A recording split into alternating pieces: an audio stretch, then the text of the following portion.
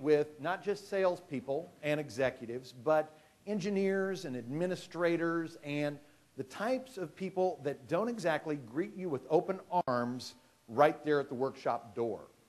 Well, our next speaker, Kelly Tyler, knows how, and she knows how to bring out the leader in all of them.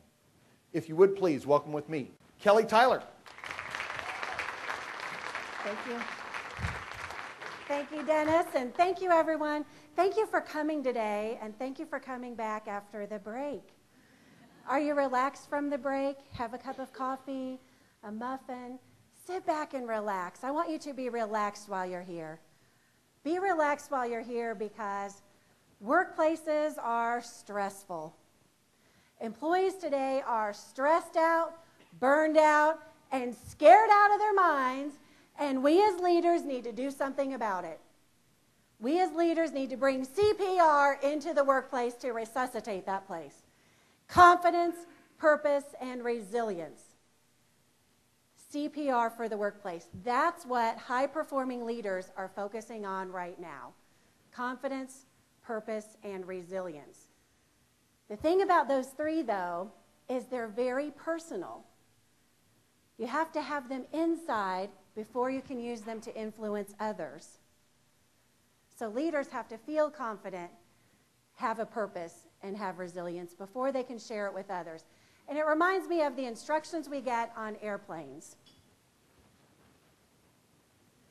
Before we travel, the flight attendant stands in the front of the room, or in the front of the plane, and she gives an instruction telling us, in the event of a loss of cabin pressure, 4 oxygen masks will fall from the compartment above your head. Grab the yellow cup closest to you, place it over your nose and mouth, and continue breathing normally. The bag will not inflate, although oxygen is flowing to the mask. And then what does she say?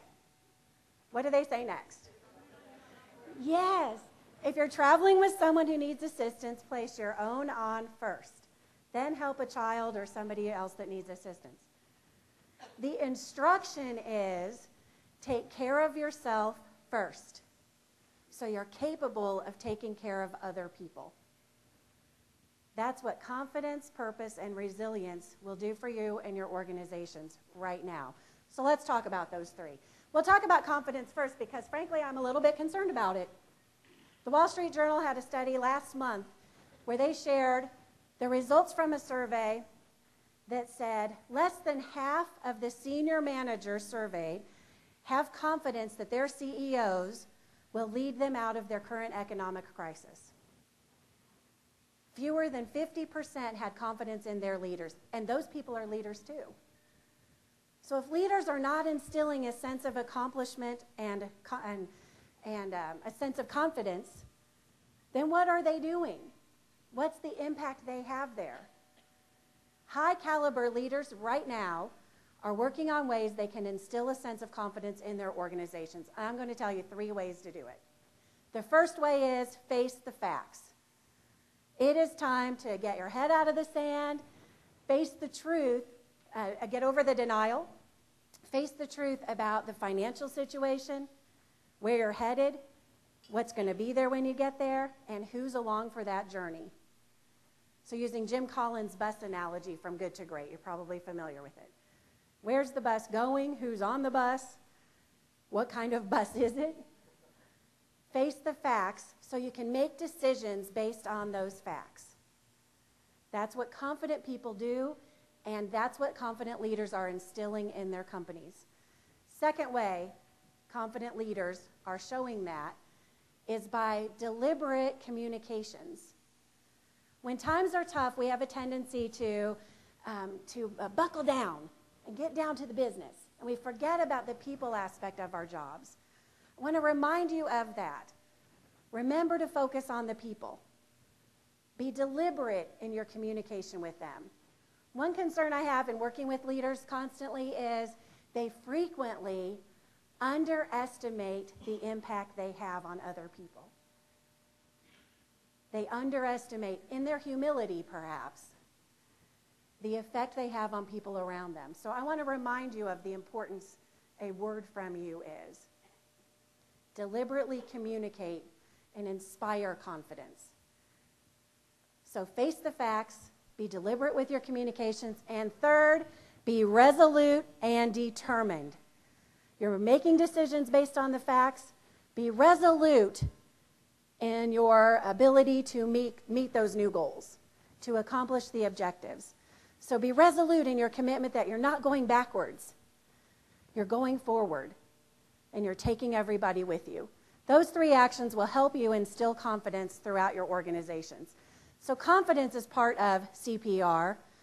The greatest gift a leader can give an organization is a thoughtful, well-articulated sense of a greater purpose. And not everybody does it, but the high-caliber leaders today are looking for ways to do that. Instill a sense of purpose. The University of Michigan recently released a study that said organizations that have that sense of greater purpose, their employees are strongly connected, committed, and more compassionate toward each other. So connection, commitment, compassion. Do you think that would translate into productivity and profitability? Of course it does. That's the greatest gift a leader can give an organization. Leaders today are focusing on showing confidence, instilling a sense of a greater purpose, and being resilient. People who are resilient don't get down when everybody else is down. They get up. They don't stay down, they get up. They get up. They get up. They get up and they bring everybody else with them. So as you're up, I want you to do a quick little experiment. Take a look around at the people next to you. Where are their eyes? Look at the faces. Look at the back of their heads. See if any eyes are back there.